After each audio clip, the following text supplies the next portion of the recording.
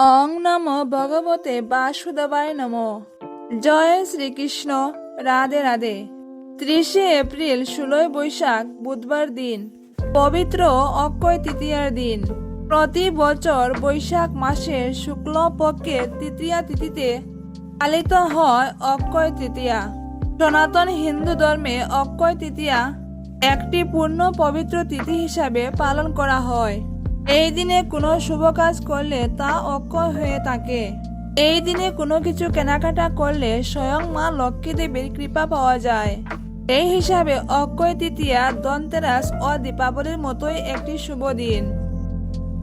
পুরাণ অনুসারে অক্ষয় তৃতীয়ার দিনে অনেক উল্লেখযোগ্য ঘটনা ঘটেছে। বছরের সর্বশ্রেষ্ঠ দিন বলা হয়েছে 4টি দিনকে। তার মধ্যে সর্বশ্রেষ্ঠ একটি দিন হচ্ছে অক্ষয় তৃতীয়ার দিন, আরেকটি দিন হচ্ছে বিজয়া দশমী, আরেকটি দিন হচ্ছে বৈশাখ মাসের প্রথম দিন এবং কার্তিক মাসের প্রথম দিন। এর মধ্যেও সর্বশ্রেষ্ঠ বলা হয়েছে এই অক্ষয় তৃতীয়ার দিন। এই অক্ষয় তৃতীয়ার দিনে আপনি কিছু করেন কিংবা না করেন, অন্তত পক্ষে এই 5 টাকার মধ্যে এই সামান্য জিনিস জোগাড় করুন বা কিনে আনুন। মনে রাখবেন, যে ব্যক্তি বিশেষ কিছু দিনে বিশেষ বিশেষ কার্য করে সেই ব্যক্তিকে শুভ এবং মঙ্গলের বলা হয়েছে। আমরা জানি যে বৈশাখ মাস হচ্ছে বছরের প্রথম মাস। অতি পূর্ণ এবং পবিত্র মাস হলো এই বৈশাখ মাস। এই বৈশাখ মাসে যদি কোনো ব্যক্তি ধর্ম কাজ করে তবে সে সহস্র গুণ পূর্ণ ফল লাভ করে। আমরা জানি যে বৈশাখ মাস হচ্ছে বাংলা বছরের প্রথম মাস। অতি পূর্ণ এবং পবিত্রপূর্ণ মাস হচ্ছে এটি। তাই এই বৈশাখ মাসের মধ্যে একটা শ্রেষ্ঠতম দিন হলো এই অক্ষয় তৃতীয়ার দিন। এই দিনের যে কত মহিমা যা আপনারা জানেন না। জানলে এই দিনের প্রতি অতি ভক্তি নিশ্চয় জাগ্রত হবে। ধৈর্য ধরে বন্ধুরা ভিডিওটি সম্পূর্ণ অবশ্যই দেখবেন, তবেই জানতে পারবেন আপনারা অনেক কিছু। অবশ্য এই দিনে কয়েকটা জিনিস ক্রয় করে আনা খুবই শুভ এবং মঙ্গলের বলা হয়েছে। এতে সংসারের লক্ষ্মীশ্রীর বৃদ্ধি হয় এবং ভগবানের কৃপা হয়। বিশেষ করে যে জিনিসটির কথা আমি বলবো এই ভিডিওতে তা আপনারা অতি কম দামে কিনতে পারবেন, তাই অবশ্যই এটা সংগ্রহ করে আনবেন। আজকের ভিডিওটি বন্ধুরা অত্যন্ত গুরুত্বপূর্ণ হতে চলেছে আপনাদের জন্য। অবশ্য প্রতিটি সনাতন ধর্মের মানুষের এই ভিডিওটি দেখা খুবই প্রয়োজন। নমস্কার বন্ধুরা, সিআর মোটিভেশন চ্যানেলে আপনাদের সবাইকে আবারও একটা নতুন পর্বে স্বাগত। আসুন বন্ধুরা, কিছুক্ষণ সময়ের জন্য আমরা সকলে মিলে আজকের এই ভিডিওটি শুনে নেই। ভিডিওটি শুরু থেকে শেষ পর্যন্ত দেখে যদি আপনাদের ভালো লাগে তাহলে অবশ্যই একটা লাইক করবেন। কমেন্টে ভক্তি, ভালোবাসা ও শ্রদ্ধার সহিত লিখবেন জয় শ্রীকৃষ্ণের জয়। চ্যানেলে নতুন হলে অবশ্যই চ্যানেলটি সাবস্ক্রাইব করে আমার পাশে থাকবেন এবং ভিডিওটি ভালো লাগলে আপনাদের বন্ধুদের কাছে শেয়ার করবেন। আমি আশা করি এই ভিডিওটি দেখে আপনারা অনেক উপকৃত হবেন যদি ভিডিওটি সম্পূর্ণরূপে দেখেন। বন্ধুরা, বছরের প্রথম দিন অক্ষয় তৃতীয়ার দিন। কেন এই অক্ষয় তৃতীয়ার দিন এত গুরুত্বপূর্ণ? কেননা এই দিনে মহারাজ যুধিষ্ঠির প্রশ্ন করেছিলেন তদিক নামের এক ঋষিকে, আচ্ছা গুরুজি, কেন এই অক্ষয় তৃতীয়ার দিন এত গুরুত্ব, এত মাহাত্ম্য রয়েছে এই অক্ষয় তৃতীয়ার? তখন সেই শতাধিক ঋষি যুধিষ্ঠিরকে বলেছিলেন অনেক মাহাত্ম্য। একটি মাহাত্ম্য ছিল এমন, যে ব্যক্তি অক্ষয় তৃতীয়ার দিন ধর্মানুষ্ঠান করে যদি এই দিনে কোনো ব্যক্তিকে দান করে সেই ব্যক্তি অযুত কোটি কাল ভগবানের ধামে বাস করতে পারে, সে মহাপুণ্য লাভ করে। চলুন এই দানের কথাটি জেনে নেই। এক ব্যক্তি অক্ষয় তৃতীয়ার দিনে সামান্য কিছু দান করেছিলেন, সেই জন্য এতকাল বৈকুণ্ঠ লোকে বাস করেছেন।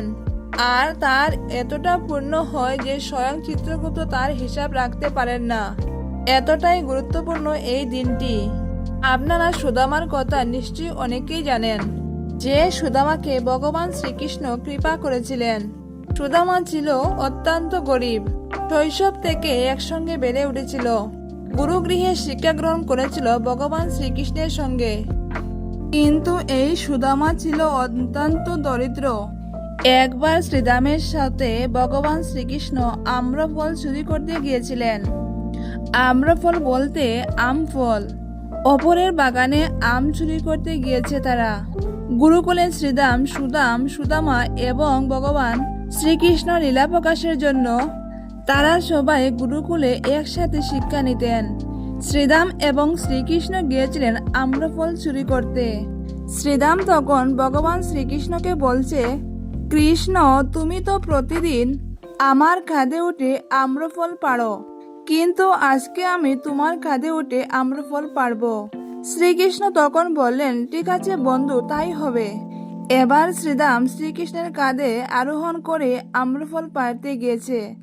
ওই সময় কৃষ্ণ তিনি কি করছেন, তার শরীরটা জাকা দিচ্ছেন। এতে শ্রীরাম আম পাড়তে গিয়ে পড়ে যাওয়ার অবস্থা।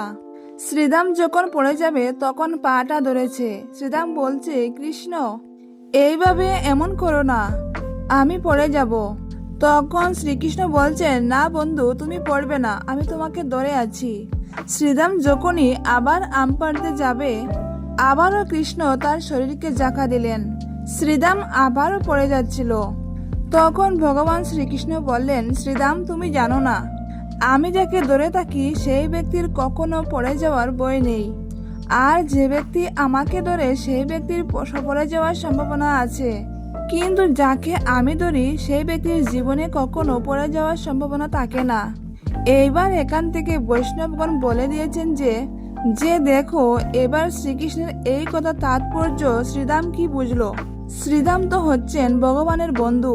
শ্রীরাম তো বুঝতেই পারেনি এই কথার মানে, কিন্তু জগৎবাসীকে ভগবান শ্রীকৃষ্ণ জানিয়ে দিয়েছেন, আমি যাকে কৃপা করি তার কখনো দুঃখের ভয় থাকে না। যদি কোনো ব্যক্তি আমার পূজা অর্চনা করে আর আমি যদি কৃপা না করি, তাদের দুঃখের ভয় রয়েছে। আমি যদি তাদের থেকে মুখ ফিরিয়ে নেই, শ্রীকৃষ্ণ বলেন, আমি যাকে একবার কৃপা করি জগতে তার দুঃখ থাকে না, অভাব থাকে না, দারিদ্রতা থাকে না, সর্ব দুঃখ তার মোচন হয়। আর এমনইভাবে আরেকজনকে কৃপা করেছিল ভগবান শ্রীকৃষ্ণ, আর সে হচ্ছে ভক্ত সুদামা। এই পবিত্র অক্ষয় তৃতীয়ার দিনে, আচ্ছা এতটা গুরুত্বপূর্ণ কেন এই দিনটা? কেননা অক্ষয় তৃতীয়ার দিন শ্রীকৃষ্ণের বাল্যকালের বন্ধু সুদামা শ্রীকৃষ্ণকে বলতে গিয়েছিল যে, বন্ধু, আমি অতীব দরিদ্র, আমাকে কিছু সাহায্য করো। কিন্তু সুদামা যখন শ্রীকৃষ্ণের কাছে গিয়েছে তখন দ্বাররক্ষীরা সুদামাকে ভিতরে যেতে দেবে না। সুদামা যতই বলছে যে কৃষ্ণ আমার বন্ধু, কিন্তু তারা বিশ্বাস করছে না। তারা ভাবছে সুদামা পাগল, ভিখারি ব্যক্তি, পরনের কাপড়টাও ছেঁড়া। কিন্তু সুদামা বলল, যাও তোমরা গিয়ে কৃষ্ণকে বলো যে তোমার বন্ধু সুদামা এসেছে। এটা শোনা মাত্রই শ্রীকৃষ্ণ রাজ সিংহাসন ছেড়ে দৌড়ে এসেছেন সুদামাকে ভিতরে নিয়ে যাওয়ার জন্য। সুদামাকে বক্ষে জড়িয়ে ধরেছেন। তাই এখানে আপনাদেরকে একটি কথা বলি, জীবনে যদি বন্ধু করতে হয় তবে ভগবান শ্রীকৃষ্ণের সঙ্গে বন্ধুত্ব করুন। জগতের সবাই নিজের স্বার্থ দেখে, সবাই স্বার্থপর ব্যক্তি, কিন্তু ভগবান তিনি কখনোই স্বার্থপর নয়। জগতে যার কেহ নাই, কৃষ্ণ তাহার সহায়। শ্রীমদ্ ভগবত গীতায় ভগবান শ্রীকৃষ্ণ বলেছেন, যে ব্যক্তি যেভাবে আমার উপাসনা করেন আমি তাদের সেইভাবে সন্তুষ্ট করি।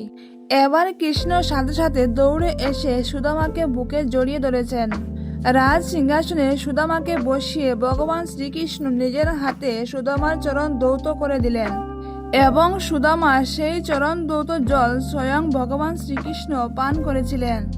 এখানে ভক্ত ও ভগবানের মহান মিলন হয়েছিল। ভগবান তার ভক্তকে নিজের থেকে শ্রেষ্ঠ করে দিলেন। তার থেকেও শ্রেষ্ঠ ভক্তের চরণ, তার থেকেও শ্রেষ্ঠ ভক্তের চরণ ধৌত জল মানে চরণামৃত। তাহলে দেখুন বন্ধুরা, ভগবান কতটা ভক্তের প্রতি করুণাময়। শ্রীকৃষ্ণের এত আপ্যায়ন, সুন্দর আচরণে তার সেই বাল্যকালের বন্ধু সুদামা তার সঙ্গে অনেক দিন পর দেখা। এখানে কথা হচ্ছে, সুদামা যে উদ্দেশ্য নিয়ে শ্রীকৃষ্ণের কাছে এসেছিল, সুদামা তা বলতেই ভুলে গিয়েছে। তার দুঃখের কথা যে আমি অতি কষ্টে আছি, আমাকে কিছু সাহায্য করো বা ভিক্ষা দাও। কিন্তু যে ব্যক্তি ভগবানের কাছে কিছু না চায় সেই ব্যক্তির জন্য ভগবান কিছু ভেবে রেখেছেন। তাই জগতে যে ব্যক্তি সৎভাবে ভগবানের আরাধনা করে এবং ভগবানের কাছে কিছু চাইতে ভুলে গেলেও ভগবান কিন্তু তাকে কিছু দিতে ভুলেন না, কৃপা করতে ভুলেন না। যেহেতু ভগবান অন্তর্যামী, ভক্তের মনের বাসনা তিনি অবশ্যই জানেন। তাই সুদামা তার কুটিরে ফিরে যাওয়ার আগেই সেখানে রাজপ্রাসাদ, অর্থ, ধন সম্পদ সব কিছুই দান করেছেন ভগবান শ্রীকৃষ্ণ। সুদামা যখন পৌঁছালো নিজের কুটিরে, সেখানে সুদামা পৌঁছে দেখেন কুটির তো নেই। কোথা থেকে কি হলো, আমি হয়তো ভুল জায়গায় এসেছি। কিন্তু তখনই তার স্ত্রী সুশীলা তাকে প্রাসাদ থেকে বেরিয়ে এসে ডাকলো। সে তখন ভাবলো যে জন্য গিয়েছিলাম শ্রীকৃষ্ণের কাছে তা বলতেই ভুলে গেলাম। প্রথমধ্যে মনে পড়েছিল, তাই ভাবতে ভাবতে এলাম। কিন্তু তিনি এতটা কৃপা করেছেন আমার। আর এই কৃপা সুদামাকে করেছিলেন যেদিন, সেই দিন ছিল বৈশাখ মাসের অক্ষয় তৃতীয়ার দিন। আবার এই অক্ষয় তৃতীয়ার দিনেই সত্যযুগের সূচনা হয়েছিল। আমাদের সনাতন ধর্মে যুগ হচ্ছে 4টি। এটা তো আমরা প্রত্যেকেই জানি, সত্যযুগ, ত্রেতা, দ্বাপর আর কলিযুগ। এই কলিযুগে আমরা বর্তমান। সেই প্রথম যুগ অর্থাৎ সত্যযুগের যে শুরুটা হয়, সেই দিন ছিল এই পবিত্র অক্ষয় তৃতীয়ার দিন। এই সত্যযুগের মানুষের আয়ুষ্কাল হয় 400 বছর। সত্যযুগে সবাই সর্বদাই সত্য কথা বলতো, সত্য পথে জীবনযাপন করত। কোনো ব্যক্তি অধর্ম কাজ করে না, সবাই ধর্মপরায়ণ হয় এবং পৃথিবীতে শান্তি বর্ষিত হয়। আচ্ছা, এই দিনটি কেন এত গুরুত্বপূর্ণ? কেননা এই দিনে অক্ষয় পাত্র লাভ করেছিল যুধিষ্ঠির এবং দ্রৌপদী। তারা অজ্ঞাতবাসের সময় 12 বছর বনবাসে ছিল আর 1 বছর অজ্ঞাতবাসে ছিল। আর সেই সময়ে যুধিষ্ঠির মহারাজ তপস্যারত ছিলেন।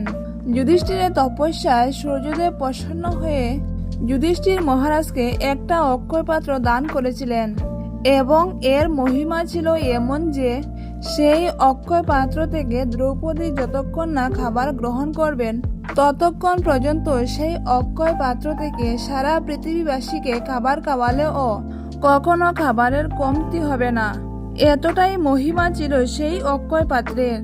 এই অক্ষয় পাত্র তারা প্রাপ্ত করেছিল বৈশাখ মাসের অক্ষয় তৃতীয়ার দিনে।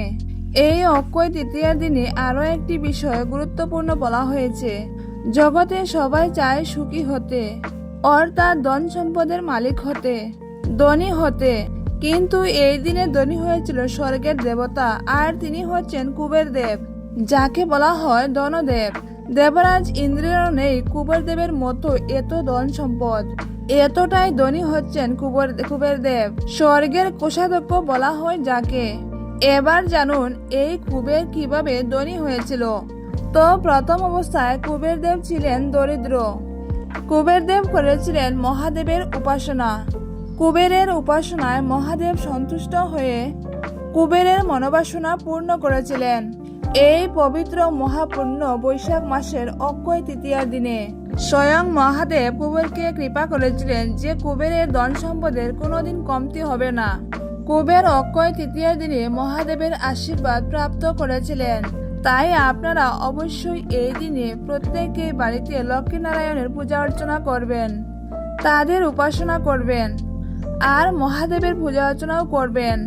এবার আসুন জেনে নেই ভিডিওর মূল বিষয়, কোন জিনিসটি প্রত্যেকের এই অক্ষয় তৃতীয়ার দিন কিনে আনা উচিত। আমি আবারও বলবো, আপনারা সবাই ভিডিওটি সম্পূর্ণরূপে দেখবেন, অনেক কিছু জানার আছে। তো বন্ধুরা, যে জিনিসটি এই অক্ষয় তৃতীয়ার দিন আপনারা কিনে আনবেন, আর তা হলো প্রথমত আমি আপনাদের বলতে চাই, বাড়িতে অবশ্যই যে জিনিসটি ক্রয় করবেন তা হলো প্রথমত, আচ্ছা আমরা তো বাড়িতে ঠাকুর পূজা করি, কিন্তু পূজা করার যে উপকরণ বা সামগ্রী সেটি কিন্তু অনেকেরই ঠিকঠাক নেই। আমরা সাধারণত ঠাকুরকে ভোগ দিয়ে থাকি, এটা অনেকেই করেন। ছোট্ট একটি থালা, ছোট্ট একটি গ্লাস, তাতে আমরা একটু বাতাসা বা চিনি দিয়ে থাকি। এইগুলো সাধারণত কিন্তু অনেকেই করে থাকে। দেখুন, আমরা ঠাকুরের জন্য ছোট্ট গ্লাস এবং থালায় একটু জল ও চিনি দিয়ে থাকি, তা আবার পিঁপড়ায় খেয়ে যায়। আসলে এই কথাগুলো আপনারা কিছু মনে করবেন না। হতে পারে কথাগুলো একটু তিক্ত, কিন্তু তিক্ত হলেও সত্য বা বাস্তব কথা। আপনারা ঠাকুর পূজা করার জন্য যথাসম্ভব ভালো সামগ্রী কিনবেন। বড় বড় তালা, বড় বড় গ্লাস, ঠাকুরের জন্য পঞ্চ মিষ্টি, পঞ্চ ফল, যদি সম্ভব হয় অন্য সবজির ভোগ দিতে পারেন, এমন ভালো কিছু ক্রয় করবেন। যদি আপনার বাড়িতে শঙ্খ না থাকে, ঘণ্টা না থাকে, তবে এই শুভতম অক্ষয় তৃতীয়া দিনে ঠাকুরের পূজার জন্য যে কোনো সরঞ্জাম মানে উপকরণ ক্রয় করাকে খুবই শুভ বলা হয়। এর ফলে সেই গৃহের বাস্তুদোষ পর্যন্ত দূরীভূত হয়।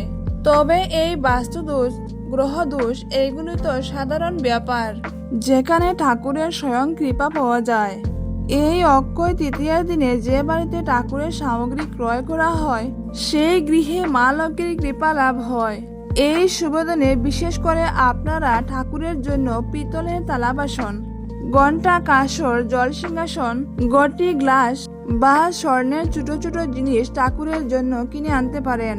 এই দিনে অর্থাৎ ঠাকুরের জন্য যে কোনো জিনিস কেনা বা ক্রয় করাকে এই অক্ষয় তৃতীয়ার দিনে খুবই শুভ ও মঙ্গলের বলা হয়েছে। এছাড়াও আরেকটি বিষয়, এই দিনে আপনারা জমি মানে ভূমি ক্রয় করতে পারেন। এটাও খুবই গুরুত্বপূর্ণ। শাস্ত্রে বলা হয়েছে, এই যে বরুতনী একাদশী ব্রত, এখানে বলা হয়েছে এমনটা, যে ব্যক্তি ভূমি দান করতে পারে, পরের জন্মে সে রাজা হয়ে জন্মগ্রহণ করে সে এত এত ভূমি পায় যে সে ব্যক্তি নিজেও এত জমি ক্রয় করলে শেষ হয় না। অনেকে আছে অতি দরিদ্র হয়ে জন্মগ্রহণ করে যাযাবরের মতো জীবন কাটায়, ভূমিহীন অবস্থায় থাকে। কেননা সেই ব্যক্তি আগের জীবনে কোনো কিছু দান করেনি, তাই এই জন্মে তাকে হত দরিদ্র হয়ে ভূমিহীন হয়ে ভ্রমণ করতে হয়। সেই ব্যক্তি একটুকুও ভূমি পায় না, ভূমিহীন অবস্থায় সেই ব্যক্তি থাকে। তাই সম্ভব হলে যদি আপনার সাধ্য হয়, তাহলে অবশ্যই এই পবিত্র অক্ষয় তৃতীয়ার দিনে কাউকে ভূমি দান করতে পারেন। আর যদি দান না করেন, সেই ক্ষেত্রে ভূমি ক্রয় করাকেও খুবই শুভ বলে মনে করা হয়। এই দিন এমন একটি দিন যে এই দিনে বিবাহ করাকে শুভ ও মঙ্গল বলা হয়েছে। এতে দাম্পত্য জীবন অনেক সুখের হয়। কিন্তু আবার হচ্ছে এই অক্ষয় তৃতীয়ার দিনে গৃহ প্রবেশ করা, এটিও অত্যন্ত শুভ। অন্নপ্রাশন, নামকরণ, দীক্ষা গ্রহণ এগুলো অত্যন্ত শুভ এই পবিত্র অক্ষয় তৃতীয়ার দিনে। আসলে এই দিনটি এমন একটি দিন যে এই দিনে সকল কার্য করা যাবে, সমস্ত শুভ কার্য করা, তাহলে আরো শুভ হবে, মঙ্গলের হবে। তাই আপনারা এই দিনে যে কোনো অনুষ্ঠান, গৃহপ্রবেশ, দীক্ষা গ্রহণ, গীতাপাঠ, দান, এক কথায় যে কোনো ধরনের শুভ কার্য করতে পারেন। এই সমস্ত কাজকে খুবই শুভ এবং মঙ্গলের বলা হয়েছে এই পবিত্র অক্ষয় তৃতীয়ার দিনে। তবে এই দিনে জমি কেনার পাশাপাশি আপনারা স্বর্ণ ক্রয় করতে পারেন। সনাতনী হিন্দু ধর্মে একটা বিশেষ ধাতু হচ্ছে স্বর্ণ। এটাকে লক্ষ্মী মায়ের ধাতু বলা হয়েছে। ভাগবতে উল্লেখিত কলিরাজ স্বর্ণে অবস্থান করেন। শুধু যে স্বর্ণ তা কিন্তু নয়, যে সমস্ত ধন সম্পদ ট্রকে নেওয়া মানে অবৈধভাবে পাওয়া, সেখানে কলির অবস্থান।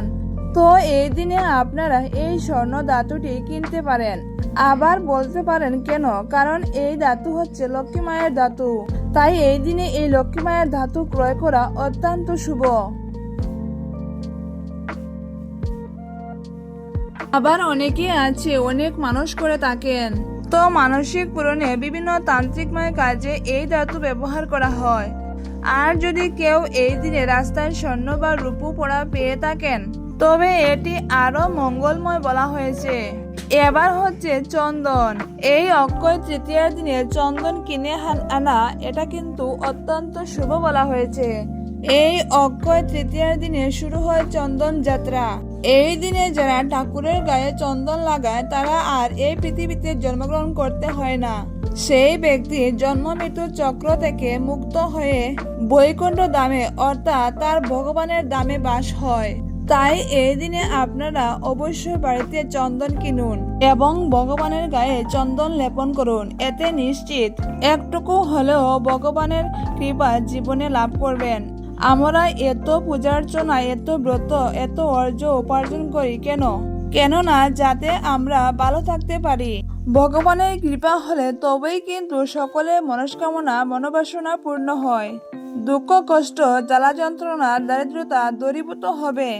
তাই অবশ্যই আপনারা এই পবিত্র দিনে, মানে এই অক্ষয় তৃতীয়ার দিনে চন্দন কিনে আনবেন বাড়িতে। এর পরবর্তী আমি যেটির কথা বলবো আর তা হচ্ছে শঙ্খ। শঙ্খ হচ্ছে মাঙ্গলিক, বিষ্ণুর এবং মা লক্ষ্মীর অতি প্রিয়। যে গৃহে প্রত্যেকদিন শঙ্খের ধ্বনি হয়, যতদূর পর্যন্ত সেই শঙ্খের আওয়াজ পৌঁছায় তার ভিতরে কোনো অশুভ শক্তি প্রবেশ করতে পারে না। সকাল সন্ধ্যা শঙ্খের ধ্বনি শোনা বা সকাল সন্ধ্যা শঙ্খের আওয়াজ করা, এটাকে খুবই শুভ বলা হয়েছে। সমস্ত নেগেটিভ শক্তি নাশ হয় এই শঙ্খের আওয়াজে।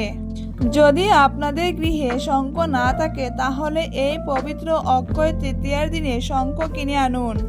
ভগবানের কোনো পূজা সম্পূর্ণ হয় না শঙ্খের ধ্বনি ছাড়া।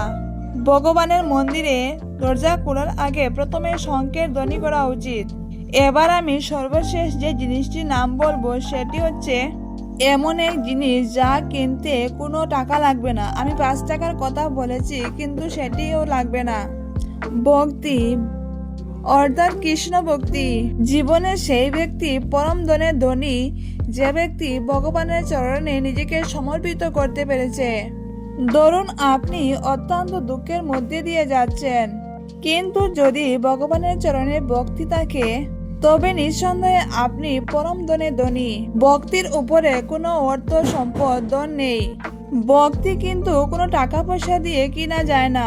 সারা জীবন ধরেও পূজার্চনা করেও মূলত ভক্তি লাভ হয় না। তাহলে ভক্তি লাভ হয় কিসে? প্রভু রূপ গোস্বামী বলেছেন, ভগবান শ্রীকৃষ্ণের চরণে ভক্তি ক্রয় করার যদি কিঞ্চিত তোমার মনোবাসনা থাকে তবে বৈষ্ণবের চরণধূলি মস্তকে ধারণ করো, তাদের প্রতি ভক্তি রাখো। কোটি কোটি জন্মের স্বীকৃতি দিয়েও এই ভক্তি কিন্তু ক্রয় করা যায় না।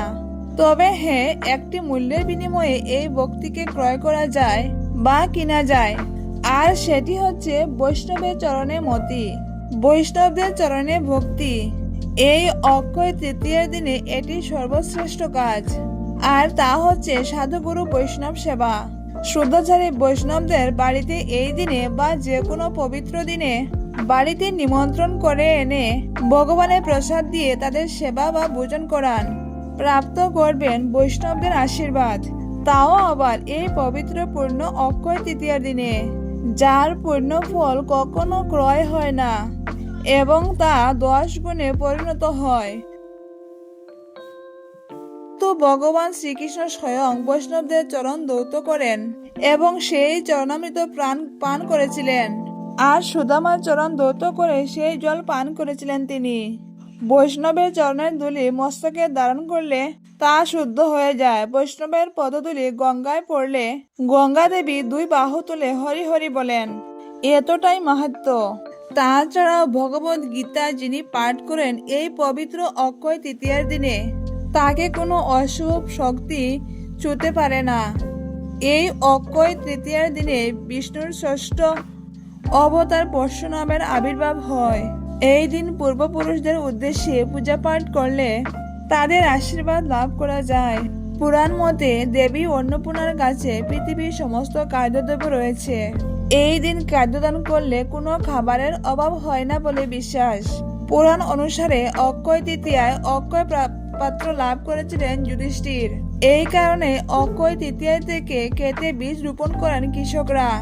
এই দিন ভগীরথের হাত ধরে পবিত্র গঙ্গা পৃথিবীতে এসেছিলেন, তাই এই দিনটির বিশেষ তাৎপর্য রয়েছে। অবশ্যই এই দিনে আপনারা পারলে গঙ্গায় স্নান করবেন। যদি সম্ভব না হয় তাহলে বাড়িতে স্নানের জলে কয়েক ফোঁটা গঙ্গার জল মিশিয়ে তারপর স্নান কার্য সম্পন্ন করবেন। প্রতি বছর পুরী জগন্নাথ মন্দিরে অক্ষয় তৃতীয়ার দিন চন্দনযাত্রা উৎসব পালিত হয়। এই দিনে রথযাত্রা উৎসবের জন্য রথযাত্রা শুরু হয়ে থাকে। এই অক্ষয় তৃতীয়ার দিনে পুরীতে জগন্নাথ দেবের জগন্নাথ যাত্রার উদ্দেশ্যে রথ নির্মাণ শুরু হয়েছিল। এই অক্ষয় তৃতীয়ার বিশেষ দিনে খুলে দেওয়া হয় 4 ধাম: কেদারনাথ, বদ্রীনাথ, গঙ্গোত্রী, যমুনাত্রী 6 মাস বন্ধ থাকার পর খুলে দেওয়া হয়। এই 4টি দাম। বন্ধুরা, এই অক্ষয় তৃতীয়ার দিন যতটা পারবেন দান করবেন। দান করলে এই অক্ষয় তৃতীয়ার দিনে অত্যন্ত পবিত্র ফল পাওয়া যায়। জয় শ্রীকৃষ্ণ, রাধে রাধে। বন্ধুরা, আজকের মতো ভিডিওটি এখানেই শেষ করছি। দেখা হবে আবার নতুন একটা পর্বে। ততক্ষণ আপনারা ভালো থাকবেন, সুস্থ থাকবেন ভগবান শ্রীকৃষ্ণের কৃপায়।